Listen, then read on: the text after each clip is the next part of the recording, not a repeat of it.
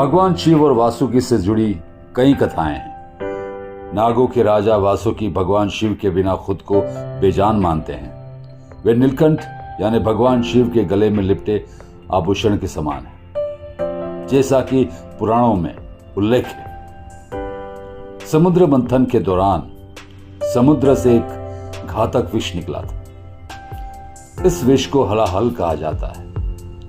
तीनों लोकों के सभी प्राणियों को बचाने के लिए भगवान को यह विष पीना पड़ा। भगवान शिव के अलावा पानी में मौजूद कुछ सांपों ने भी यह जहर पी लिया। वासुकी इन सांपों में से एक था जिसने हलाहल पी लिया, क्योंकि उसे मंथन के लिए इस्तेमाल की जाने वाली रस्सी के रूप में मंदार पर्वत से बांधा गया था। इस घातक जहर को पीने के बाद भी वासुकी ने कोई शिकायत नहीं की। यह देखकर भगवान शिव बहुत ही प्रभावित हुए और इस प्रकार वासुकी को अपने गले में पहनने का फैसला किया। इसके अलावा एक और कथा भी है, जिसके अनुसार वासुकी ने भगवान शिव के सामने आत्मसमर्पण कर दिया था। तो इस कथा के अनुसार दूध के सागर के मंथन के दौरान ऋषि कश्यप और कद्रुक के पुत्र वासुकी ने समुद्र से निकले सबसे घातक जहर का सेवन किया। अत्यधिक मंथन प्रक्रिया के कारण वासुकी का शरीर पूरी तरह से घायल हो गया था और वो व्यथित था। उन्होंने भगवान शिव को आत्मसमर्पण कर दिया और उनके चरणों में गिर गए। वासुकी ने कहा, हे भगवान, हे देवताओं के नेता, दूध सागर के तीव्र मंथन ने मेरे शरीर को तनाव में डाल दिया, जिससे ये गर्म और घायल हो गया है। मैंने अपनी सभी यौगिक शक्तियों को खो दिया है और लाखों वर्षों से सुरक्षित किए गए विष को भी छोड़ दिया है। मैंने पूरे योग नाग कुल वंश के आत्म संयम का उल्लंघन किया है। प्रभु, ऐसा क्यों हुआ मेरे भगवान? कृपया मुझे बताएं।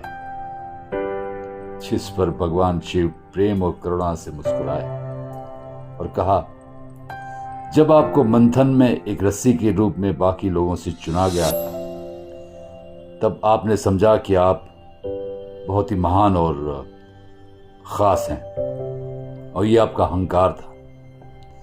अहंकार की वजह से आपको ये सजा मिली है।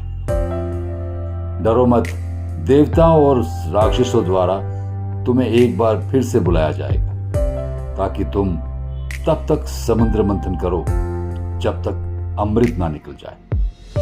अमृत की खुशबू तुम्हें ऊर्जा देगी और तुम्हारी यौगिक शक्तियों को पुनः स्थापित करेगी। जैसा कि भगवान शिव ने कहा था, वैसा ही हुआ। अमृत निकलने के बाद नागराज वासुकी को अपनी सारी शक्तियां प्राप्त हो गई और उस क्षण से भगवान शिव के सबसे बड़े भक्त बन गए। और जब भगवान शिव ने उसे अपने गले में पहना तो वो विनम्र हो गए। एक अन्य कथा के अनुसार भगवान कार्तिकेय ने असुर राजा तारकासुर का वध करने के बाद उसके पुत्र तारकाक्ष, विद्युन्माली और कमलाक्ष क्रोध में जल रहे थे और सभी देवताओं को सबक सिखाना चाहते थे। इन असुरों ने भगवान ब्रह्मा को प्रसन्न करने के लिए कठोर तपस्या की। उनकी कठोर तपस्या से प्रभावित होकर भगवान ब्रह्मा ने उनसे कहा कि वे वरदान मांग सकते हैं। असुरों ने भगवान ब्रह्मा से उन्हें अमर बनाने का अनुरोध किया। भगवान ब्रह्मा ने उत्तर दिया कि कुछ भी अमर नहीं हो सकता।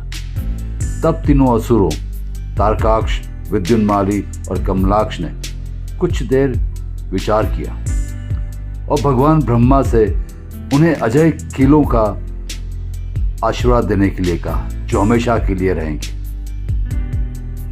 भगवान ब्रह्मा ने एक बार फिर कहा कि कुछ भी हमेशा के लिए रह नहीं सकता, यह असंभव है। इसलिए तीनों असुर भाइयों ने एक क्रूर और चतुर योजना बनाई। उन्होंने भगवान ब्रह्मा से वरदान देने का अनुरोध किया, जिसके अनुसार किलों का विनाश केवल एक ही बाण से किया जा सके, जो एक ही समय में तीनों शहरों में प्रवेश कर सके, जो व्यावहारिक रूप से असंभव था। पर भगवान ब्रह्मा ने उन्हें उनकी इच्छित इच्छा प्रदान की। महान असुर और भगवान शिव का एक उत्साही भक्त मायासुर एक महान वास्तुकार था। उन्होंने त्रिपुरा रूप के जाने वाले 3 शहरों का निर्माण किया। ये तीनों शहर घूमने वाले थे और लगातार विभिन्न दिशाओं में घूमते रहते थे। तीनों शहर पृथ्वी पर, आकाश में और स्वर्ग में स्थित थे। पृथ्वी पर निर्मित शहर में लोहे की दीवारें थीं। आकाश में निर्मित शहर में चांदी की दीवारें थीं और तीसरा शहर जो स्वर्ग में बनाया गया था, उसकी दीवारें सोने से बनी हुई थी।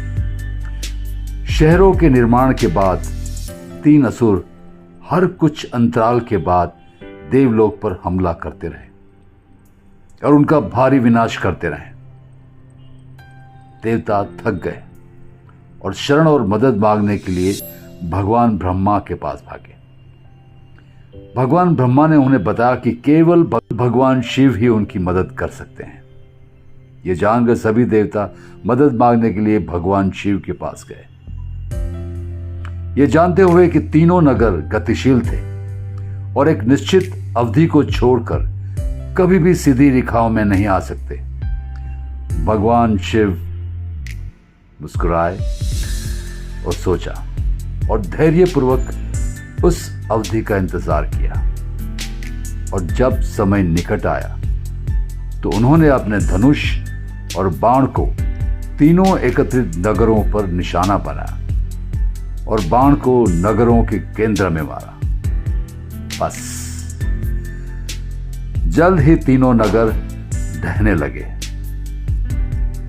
ये धनुष की डोरी वासुकी थी। इस प्रकार वासुकी ने जब भी जरूरत पड़ी भगवान शिव की सेवा की। ऐसा कहा जाता है कि वासुकी हमेशा अपने स्वामी भगवान शिव की मदद के लिए तैयार रहते थे। ओम नमः शिवाय।